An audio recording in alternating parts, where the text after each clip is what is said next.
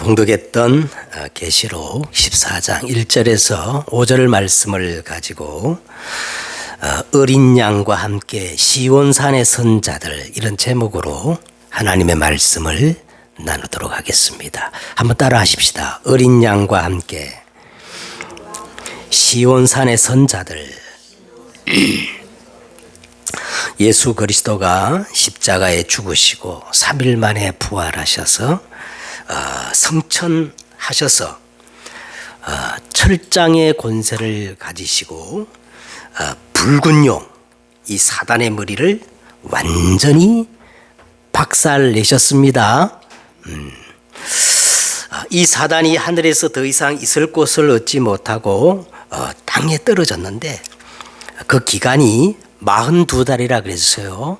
42달 3년 반 1260일, 같은 뜻인데 자기 때가 얼마 남지 않음을 알고 광야에서 이제 양육을 받는 여자, 곧 교회와 성도를 의미한다 그랬죠. 그 교회와 성도를 13장에 보니까 뒤에서 그 입으로 오염된 물을 강같이 토하여 이 여자로 하여금 떠내려가게 해가지고 죽게 하려고 했는데, 하나님이 절대적 섭리와 보호로 땅이 여자를 도와가지고 그 입을 벌려서 용이 토한 강물을 다 삼켜버려가지고 이 용이 실패하는 장면이 13장에 나왔습니다. 그래서 12장 여러분 17절에 보니까 용이 여자에게 분노하여 돌아서서 그 여자의 남은 자들, 곧 하나님의 계명을 지키며 예수의 증거를 가진 자들로 더불어 싸우려고 바다 모래 위에 어떻게 해요? 서 있더라 하면서 12장이 끝나는 장면이 나와요. 오늘도 보니까 어린 양과 함께 시온에 선 자들이 나오지요. 이것이 뭐를 의미하느냐 하면 바로 이제 12장 17절 그 마지막 장면에 대응하는 그림으로 바로 오늘 이 본문이 이렇게 설정되어 있는 거예요. 이 용이 이제 자신의 정체를 숨기고 13장에 이제 넘어와 가지고 용이 이제 자기의 정체를 숨기고 자기 일을 대행하는 두 짐승을 이용하는데, 먼저 바다에서 나온 짐승은 뿔이 10이고 머리가 7이라 그 뿔에는 10왕관이 있고 그 머리에는 신성모독하는 이름 있더라. 자, 이 짐승의 모습을 또 표현하기를 표범과 비슷하고 그 발은 곰의 발 같고 그 입은 사자 입 같은데, 용이 자기의 능력과 보좌와 그 능력을 다 짐승에게 이제 준 겁니다. 그리고 또 땅에서 나온 다른 짐승이 올라오는데 이 땅에서 올라온 짐승은 또 다르다 그랬죠. 어떻게 생겼어요? 어린 양 같고 두 뿔이 있고, 말은 그런데 어떻게 합니까? 말은 어린 양 같고 두 뿔이 있는데 말은 어떻게 하지요? 뱀의 말, 용의 말을 하면서 큰 이적을 행하여 땅에 거하는 자들을 미혹하여, 그러면서 이 첫째 짐승과 둘째 짐승이 똑같이 두 가지를 하죠. 어떤 일을 하느냐?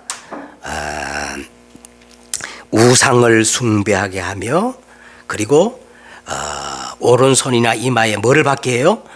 짐승의 표를 받게 하여 완전히 짐승 시대를 만들고 짐승의 형상을 이제 심어주는데, 이것을 거부하는 자는 몇이든지 다 죽이는 일을 합니다. 그런데 그 짐승의 수를 세어보니까 수가 어떻게 된다 그랬죠? 666이더라. 이게 지난주 우리 메시지 내용이었습니다. 자, 이토록 사단이 완전히 세상을 짐승시대, 다른 말로 네피림의 시대, 이렇게 만들고 역사하면서 최후의 발악을 하는데, 이때 우리의 교회와 성도는 어떻게 해야 하는가? 어떤 자세를 가져야 되는가? 그 답으로 오늘 이 본문이 등장하는 거예요. 알겠죠? 이 짐승의 시대, 이 네피림의 시대, 과연 저와 여러분 우리 교회는 어떤 자세와 어떤 모양으로 이 시대에 임해야 하는가? 그 답으로 오늘 이 14장 1절과 5절의 말씀이 등장하고 있습니다. 자, 오늘 이제 먼저 본문을 좀 이해해야 되겠죠. 1절을 한번 보십시다. 또 내가 보니 보라 어린 양이 어디에 서 있어요? 시온산. 이거 잘 기억해야 됩니다. 어린 양이 누구지요? 예수 그리스도가 시온산에 섰고 그랬어요. 여러분, 이 시온산은 구약의 신의 산과 반대되는 개념이에요. 무슨 산가? 이 모세가 율법을 받았던 그 무시무시한 신의 산과 반대되는 개념으로 갈보리 산을 의미하기도 하고, 또 성경에 보니까 예루살렘 성전을 의미하기도 합니다. 자, 그런데 여기서는 교회를 의미하는 거예요. 교회. 시온산이 뭐를 의미한다고요? 교회를 의미합니다. 그래서 어떤 해석은 이 시온산 교회가 천상교회로 해석하지만 2절을 보시면요, 곧바로 사도 요한이 하늘에서 나는 소리를 따로 듣는 것을 우리가 보면은 이 시온산 교회는 하늘에 있는 교회가 아니고 예수 그리스도와 함께 오늘 계시록 12장과 13장 이 사단의 공격과 핍박을 이겨낸 자들을 그려내고 있습니다.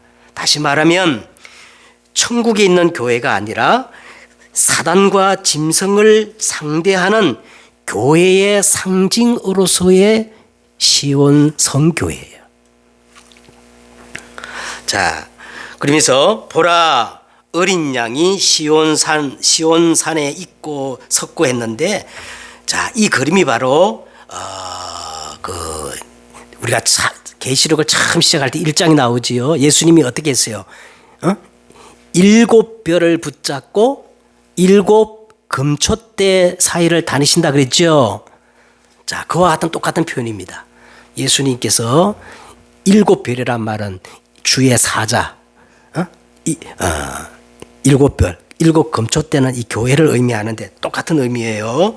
바로 예수님이 어린 양이 시온산에 섰다, 이 말은 7별을 붙잡고 7 금초대를 다니시는 그 모습을 그대로 표현한 것입니다. 그래서 그와 함께 14만 4천이 서 있는데 그들의 머리에는 어린 양의 이름과 그 아버지의 이름을 쓴 것이 있더라 그랬습니다. 13장에 짐승의 표 666을 받은 사람과 반대되는 이 대칭으로 이 어린 양의 인을 이마에 받은 사람의 수가 얼마지요? 14만 4천 수인데, 이단 단체에서는 어떤 특별한 사람을 또 가리키는 것이라 그러는데 아니에요. 이 14만 4천은 신구약을 대표하는 구원받은 모든 성도들을 상징하는 거예요. 구약의 12지파, 신약의 12사도 곱하기 많다라는 뜻으로 1000. 그래가지고 14만 4천. 그리고 14만 4천은 어떤 특별한 사람 단체가 아니고 구약과 신약을 대표하는 구원받은 모든 성도들의 수다. 이렇게 여러분 기억하시면 됩니다. 2절에 보세요. 내가 하늘에서 나는 소리를 들으니 많은 물소리 같고 큰 우레 소리와 같은데, 내가 들은 소리는 금고 타는 자들이 그 금고를 타는 것 같더라. 여기서 이제 또 장면이 바뀌어요. 장면이 바뀌는데 어떤 장면이냐, 천상에서 들어지는 예배의 그 장면으로 바뀌면서 3절에 보세요. 그들이 보호자 앞과 내 생물과 장로들 앞에서 새 노래를 부르며 땅에서 속량함을 받은 14만 4천 밖에는 능히 이 노래를 배울 자가 없더라. 이 신구약 구원받은 성도를 대표하는 14만 4천 성도들이 어디에 앉으신 분께, 보호자에 앉으신 하나님께 예배하면서 새 노래를 부르는데, 이 노래는 14만 4천 구원받은 자밖에는 능히 배울 자가 없고 부를 수 없는 그런 노래를 부르는 겁니다. 오직 구원받을 자만 부르는 찬양이에요. 이 새 노래가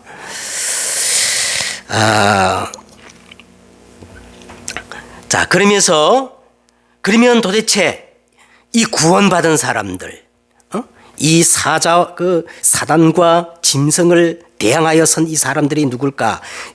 이 사람들이 이제 누구냐? 세 가지로 나오는데, 자, 이제 4절을 보십시다. 이 사람들은 여자와 더불어 더럽히지 아니하고 순결한 자라. 두 번째는 어린 양이 어디로 가든지 따라가는 자며, 세 번째는 뭐예요? 사람 가운데서 속량함을 받아 참 익은 열매로 하나님과 어린 양에게 속한 자들이니. 그리고 이제 다시 이것들을 종합적으로 다시 설명하는데 5절, 그 입에 거짓말이 없고 흠이 없는 자들이더라. 그래서 오늘 이 전체적인 그림이 바로 12장과 13장에 나오는 사단과 두 짐승의 그 최후의 발악을 하잖아요. 그래서 이 사단과 두 짐승이 자기의 마지막 때가 얼마 남지 아니한 걸 알고 최후의 발악을 해보지만 말짱 꽝이다, 이런 그림이에요. 니네들이 아무리 네피림 시대를 만들고 환난과 핍박을 동원해 가지고 교회와 성도를 위협하고 핍박하지만 너들의 그 발악은 뭐다? 말짱 도루묵, 말짱 꽝이다 하는 게 오늘 전반적인 이 메시지의 그림입니다. 자, 이때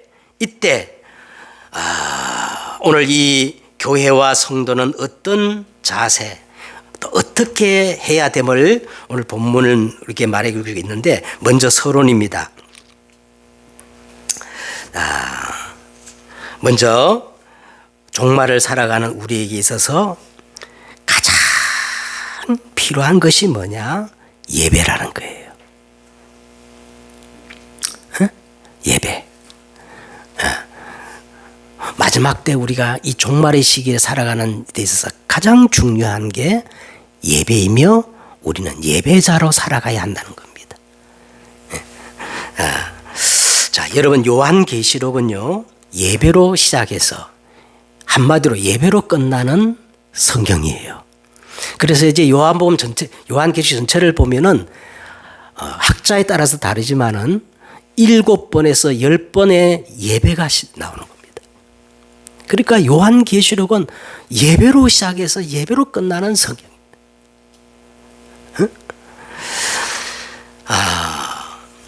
자, 오늘 보세요. 어린 양이신 예수 그리스도가 어디에 서 있어요? 시온산. 그죠? 예수 그리스도는 7뼈를 붙잡고 7 금초대 사이를 다니시는, 다시 말하면 예수님이 오늘 시온산에 서 있단 말은 예수님은 교회에 뭐다는 거예요? 교회의 머리가 되신다는 거예요. 예수님은 언제나 항상 교회를 통해서만 우리와 함께 계심을 알 수가 있습니다. 그러니까 교회가 여러분 얼마나 중요해요. 교회는 머리 대신 예수 그리스도와 연결된 예수 그리스도의 몸입니다. 그러므로 교회가 곧 예수 그리스도요, 예수 그리스도가 곧 교회예요. 아멘. 교회는 우리 눈에 보이는 예수 그리스도의 몸이다. 그렇게 이해하시면요, 가장 정확한 교회이에요. 시온산에 서 있는 예수 그리스도.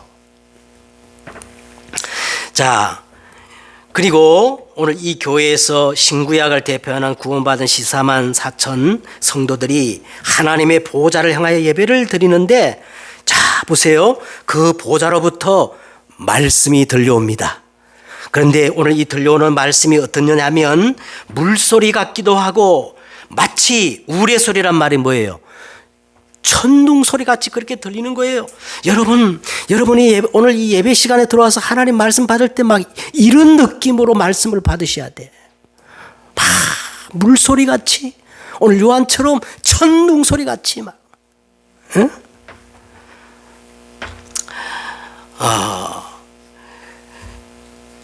자, 그래서 여러분 이 예배를 통해서 들려지는 말씀은 다른 말씀입니다. 아이고 목사님 말씀은 다 똑같이 집에서 성경 읽으면 되지 뭐 교회 가서 꼭 들어야 됩니까? 아니에요. 교회에서 들려지는 하나님의 말씀은 이게 캐리그마라 그래가지고 따라하십시다. 살아있는 말씀. 예배 때 드려지는 이 말씀은 살아있는 말씀이 선포되는 거예요. 네. 자, 내가 들은 소리는 검은고 타는 자들이 그 검은고 타는 것 같더라. 이 검은고라는 것은 구약에서 예배 드릴 때 사용되는 악기인데 아마 이 사도 요한은요 찬양에 다 은혜 받는 사람인 것 같아요. 그래서 이 악기에 맞춰서 찬양이 나오는데 이전에 들어볼 수 없던 새 노래가 들려오기 시작합니다. 이 노래는 아무나 부를 수 없는, 아무나 부를 수 있는 그런 찬양이 아니고 오직 구원받은 자만 배울 수가 있고 부를 수 있는 찬양이라는 거예요. 여러분, 우리가 찬양 드릴 때도 이게 진짜 온몸을 다해 찬양을 드려야 됩니다. 알겠죠? 자, 그러면 이제 본론으로 들어갔어요. 어떤 자가 이 사단과 짐승의 시대에 네피림을 이길 수 있느냐? 자, 첫째는 여자와 더불어 더럽히지 아니한 순결한 자라는 거예요. 이 사람들은 4절에 보세요. 이 사람들은 여자와 더불어 더럽히지 아니하고 순결한 자라. 여러분, 성경은 언제나 우상을 섬기는 자들을 가리켜서 음란, 음부, 음란과 연결시키는 거예요.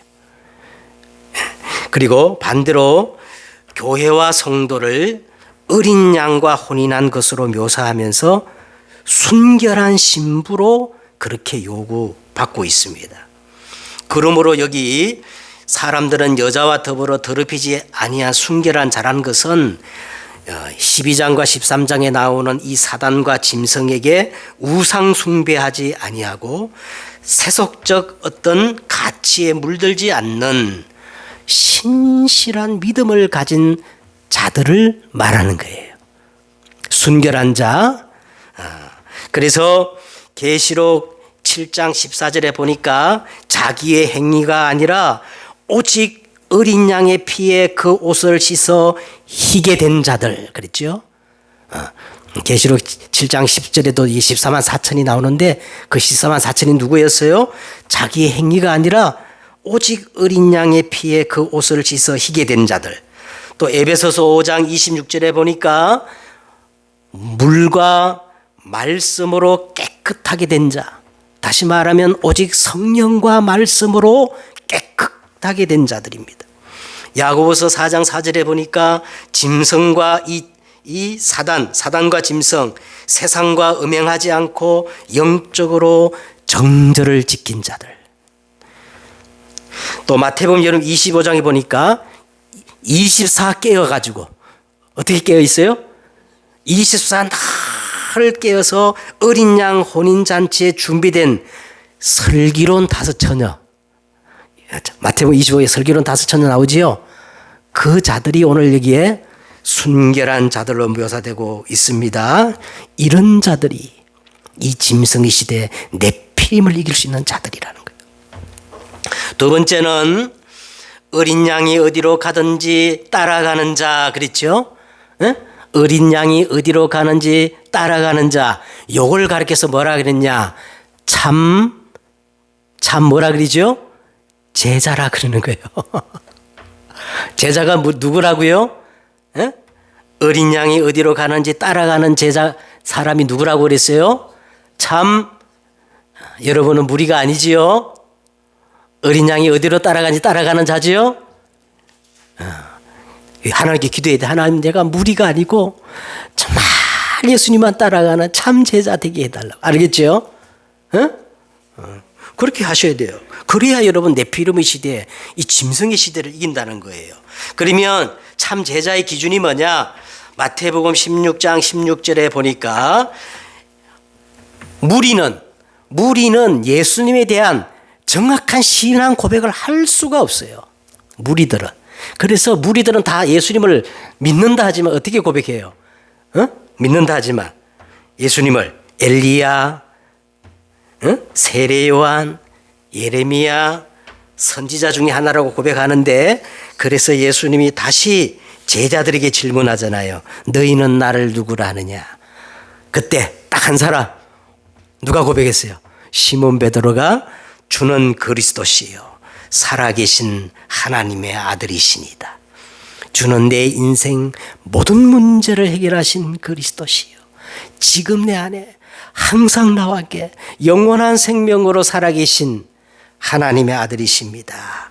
그러니까 정확하게 이 신앙 고백을 하는 사람이 어떤 일이 있어도 무슨 일이 일어나도 누구만 따라가는 거야? 예수님만 따라갑니다. 이 신앙 고백이 안 된 사람은요, 위기가 하고 문제가 오면 다른 선택을 하게 돼 있어요.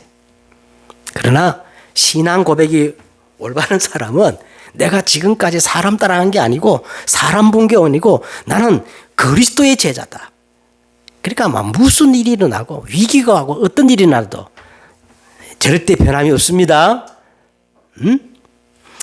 자, 그래서 이 고백을 한 사람을 예수님이 이제 마태복음 16장 24절에 보니까 그 고백을 한 사람에게 예수님은 절대 제자의 조건을 얘기했어요.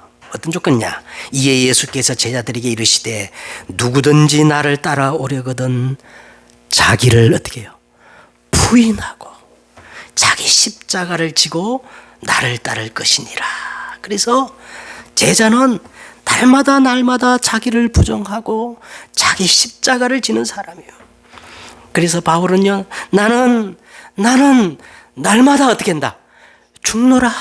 내가 그리스도와 함께 십자가에 못 박혔나니 그런 적 이제 내가 산 것 아니요 오직 내 안에 그리스도께서 사는 것이다. 그래서요, 여러분, 우리가 진짜 제자의 삶을 살려면요, 날마다 내 속에 있는 이 자폭적인 성질을 죽여야 된다고. 알겠죠? 날마다 막 이 신경질적인 이 자폭적인 막 성질을 좀 십자가에 못 박으세요. 그게 제자의 길이요. 세 번째 제자는 뭐냐? 히브리서 10장 25절에 보니까 그리스도와 그리스도의 몸된 교회와 연합하는 거예요. 모이기를 패하는 어떤 사람들의 습관과 같이 하지 말고 오직 권하여 그날이 가까울수록 더욱 그리하자. 내가 교회의 일꾼 된 것은 하나님이 너를 위하여 내게 주신 직분을 따라 하나님의 말씀을 이루게 함이니라. 사도 바울은 그렇게 고백했어요. 내가 교회의 일꾼 된 것은 교회를 통하여 하나님의 말씀이 성취되기 때문이다. 알겠죠? 그 다음에 제자가 뭐냐면 말씀에 대한 순종이에요. 요한복음 8장 32절에 그러므로 예수께서 자기를 믿는 유대인들에게 이르시되 너희가 내 말에 거하면 참으로 내 제자가 되고, 참 제자가 되는 길이 뭐라 그랬어요? 너희가 내 말에 거하면 참으로 내 참 제자가 되고 진리를 알지니 진리가 너희를 자유케 하리라. 마지막으로요, 제자는요, 모든 방향이 주님과 방향이 맞아야 돼. 주님, 그게 뭐냐? 모든 족속, 그렇죠? 땅끝, 천하만민, 세계복음화입니다. 우리가 아무리 모자라도 우리의 모든 궁극의 방향은 하나님의 영광, 세계복음화, 237 5천 종족의 방향 맞추는 사람이 참 제자인 줄 믿습니다. 세 번째는 세 번째는 어떤 사람이냐. 처음 익은, 4절에 보세요. 사람 가운데서 속량을 받아 처음 익은 열매로 하나님과 어린 양에게 속한 자들이라고 말했습니다. 이게 보면은 처음 익은 열매라 그래서 이 표현 때문에 14만 4천을 어떤 특별한 그룹이라고 한결같이 이단들은 그렇게 주장해요. 14만 4천만이 자기들이라. 그 자기 속에 들어와야 구원받는다는 거예요. 신천지가 그렇고 다 새빨간 거짓말입니다. 또 그 정도는 아니지만 구원받은 것은 사실이지만 이 14만 4천은 급이 다르다는 거예요. 급이. 그래가지고요, 뭐 방언을 꼭 받아야 한다느니, 또 무슨 비밀을 깨달아야 된다느니, 또 무슨 체험을 해야 된다느니, 이렇게 주장하는 사람들이 있어요. 여러분, 오늘 이 처음 익은 열매는 서열을 따르는 표현이 아니고, 따라해봐요. 구별됨을 의미하는 겁니다. 구약에서는 항상 이 처음 난 것을 구별됨을 의미하고 이거를 이렇게 표현해요. 거룩이라고 말해요. 거룩. 구별된 것을 뭐라고 얘기한다고요? 윤리적이고 도덕적인 어떤 그런 것을 얘기하는 게 아니라 거룩은 어떤 의미라고요? 구별된 자, 구별된 삶, 이걸 거룩이라고 말씀하고 있는 겁니다. 그래서 오늘 성경에 보니까 그 끝절에 보세요. 하나님과 어린 양에게 어떻게 해요? 속한 자들, 이게 구별이에요. 이게 거룩입니다. 뭐가 거룩이에요? 하나님과 어린 양에게 속한 자들, 이게 거룩한 백성이요. 거룩의 의미입니다. 자, 그러면 우리가 하나님과 어린 양에게 속한 것을 구별해야 되는데 그것이 뭐냐? 첫째, 우리가 뭐를 구별해야 되느냐면요, 성경은 강력히 주장해요. 주의 날을 구별하라는 거예요. 십계명에 나오지요, 권사님. 안식일을 어떻게 해라? 거룩이 뭐라 그랬죠? 구별하래요. 그래서 일요일이 아니고 뭐예요? 주일입니다. 주일은 주의 날입니다. 이 날을 구별해야 돼요. 두 번째로가 뭘 구별해야 되느냐 하면 10의 1조입니다. 여러분, 10의 1조를 하나님이 얼마나 강력히 하냐면 10의 1조는 나의 것이다. 너희가 나의 것을 도적하였느니라. 10의 1조는 누구 거라고? 하나님의 것이라는 거예요. 하나님. 이거는 단순히 물질의 문제가 아니라 하나님의 거룩에 대한 나의 신앙 고백입니다. 10의 1조가. 알겠죠? 그 다음에 성도의 삶이 구별돼야 됩니다. 너희는 너희가 하나님의 성전인 것과 하나님의 성령이 너희 안에 거하시는 줄을 알지 못하느냐. 그러므로 너희 몸을 하나님이 기뻐하시는 거룩한 산제사로 드리라. 이는 너희가 드릴 영적 예배니라. 성도의 삶이 거룩한 영적 예배예요. 예? 그리고 우리는 어떤 역할을 해야 되느냐?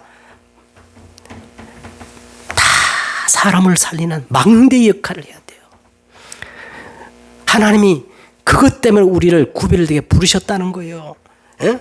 인자야, 내가 너를 이스라엘 족속의 파수꾼으로 세웠나니 너는 내 입의 말을 듣고 나를 대신하여 그들을 깨우치라.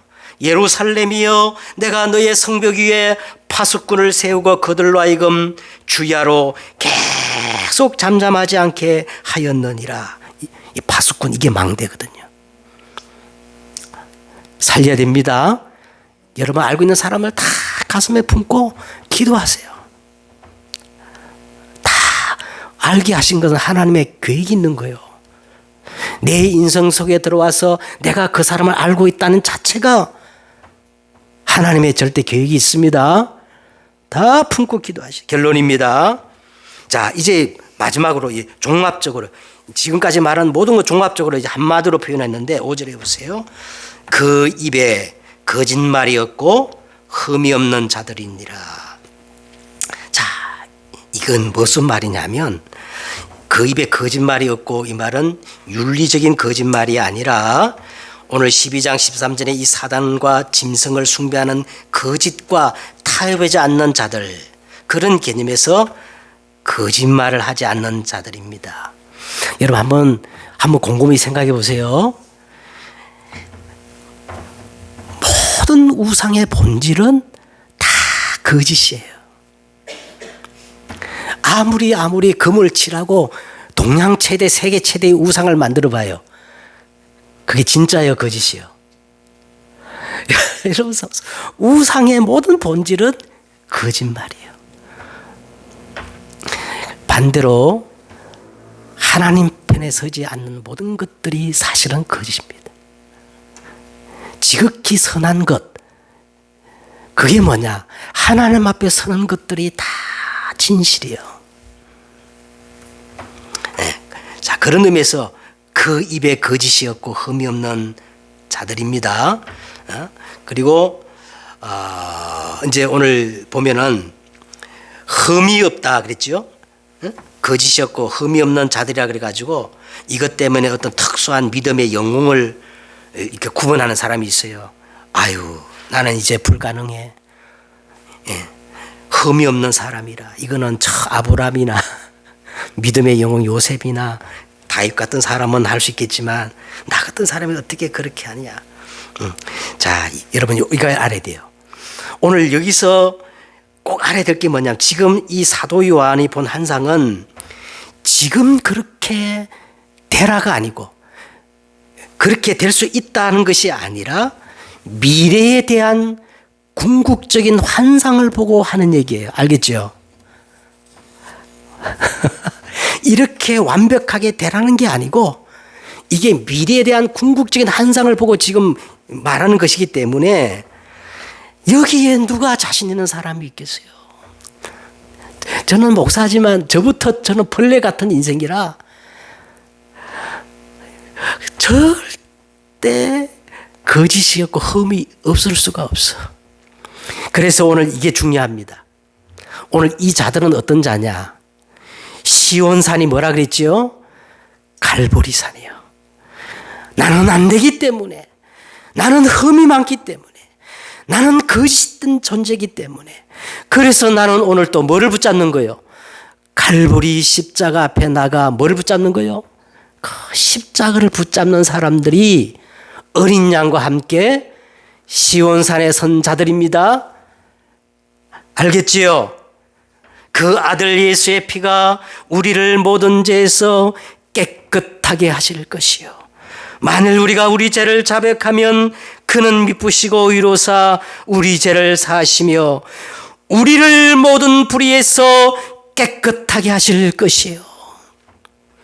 예수님이 우리의 모든 불의와 죄를 갈보리 십자가에서 깨끗하게 하실 것이라는 거예요.